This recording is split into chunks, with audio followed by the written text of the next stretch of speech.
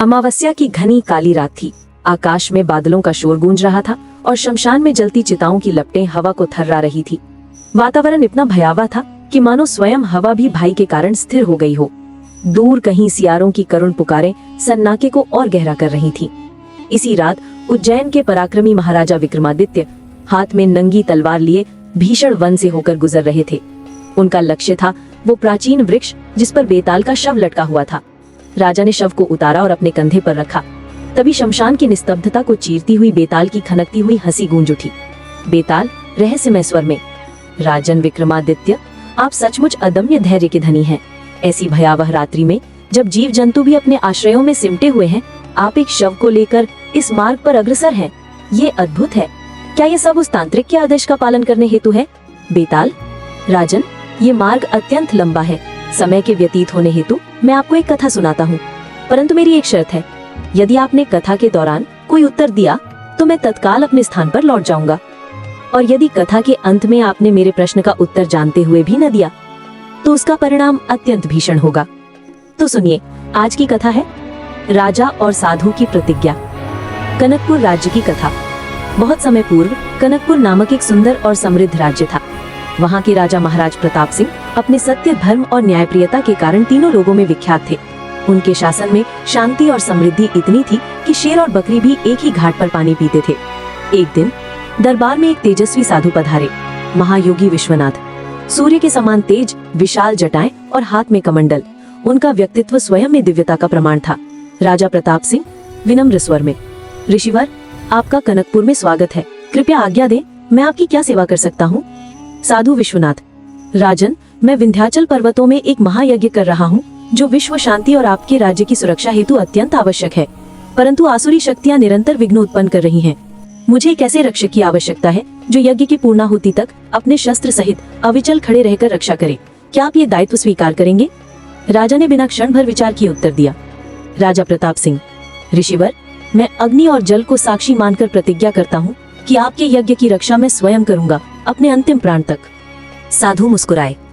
साधु, राजन, प्रतिज्ञा करना सरल है, निभाना कठिन। यज्ञ के दौरान न आपको भूख लगेगी न प्यास, परंतु त्रुटि हुई तो दुष्परिणाम घोर होंगे। राजा, ऋषिवर, मेरा वचन पत्थर की लकीर है। यज्ञ की रक्षा और राक्षस वध। राजा साधु के साथ घने जंगल में पहुंचे। यज्ञ आरंभ हुआ। मंत्रोच्चार से पूरा वन गूंज उठा। राजा नंगी तलवार लिए एक क्षण भी विचलित हुए बिना यज्ञ कुंड के पास खड़े रहे। 1 दिन, 2 दिन, 7 दिन और 7 रातें बीत गईं। अंतिम रात सबसे भयावह थी। अचानक आंधी चली, वृक्ष टूटने लगे और अंधकार से एक विशालकाय राक्षस कर्कश गर्जना करता हुआ प्रकट हुआ। वो यज्ञ को नष्ट करने हेतु अपनी गदा उठाने ही वाला था कि महाराज प्रताप सिंह थकान और उपवास से कमजोर होने के बावजूद युद्ध में कूद पड़े। भीषण संग्राम हुआ और अंततः राजा ने राक्षस का वध कर दिया। साधु, राजन, आपकी वीरता से मैं अत्यंत प्रसन्न हूँ। अब समय है गुरु दक्षिणा का। यज्ञ की पूर्णता हेतु एक अंतिम बलि आवश्यक है। ऐसे मनुष्य की बलि जिसके शरीर में 32 शुभ लक्षण हो, जो राजपुत्र हो और स्वयं स्वेच्छा से अपना शीश अर्पित करे। राजा स्तब्ध रह गए। इसी समय महाविक्रम की बात पर बेताल ने उनके मन के भाव को पढ़ लिया। बलिदान, धर्म संकट और परीक्षा। राजा महल लौटे और रानी को सब बताया। रानी के नेत्र नम हुए, परंतु उनके स्वर में अदम्य धैर्य था। रानी, स्वामी, यदि हमारे पुत्र के बलिदान से आपका वचन और धर्म की रक्षा होती है तो हमें संकोच नहीं करना चाहिए।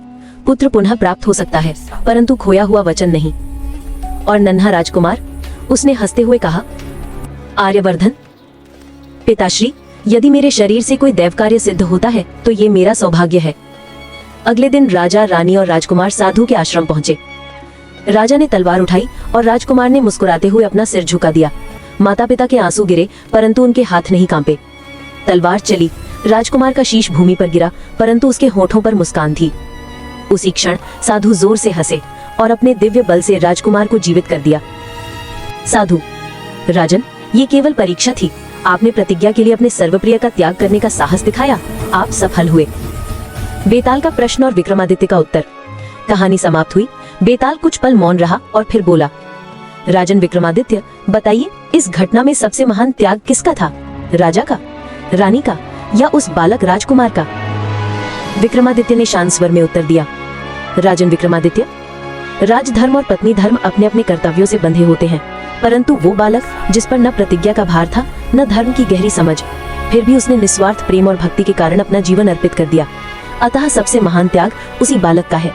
बेताल मुस्कुराया और फिर बोला, राजन, आपका उत्तर सत्य है, परंतु आपने मौन तोड़ दिया, अतः मैं लौटता हूँ। और बेताल वायु के वेग से उड़ गया। राजा पुनः उस वृक्ष की ओर बढ़ चले, क्योंकि यह अंत नहीं बल्कि एक और परीक्षा की शुरुआत थी। आपको अगर हमारी कहानी थोड़ी सी भी अच्छी लगी हो तो वीडियो को लाइक करके चैनल को सब्सक्राइब जरूर कर लें और कमेंट में जरूर बताएं कि आपके हिसाब से किसका त्याग सबसे ज्यादा महत्वपूर्ण था।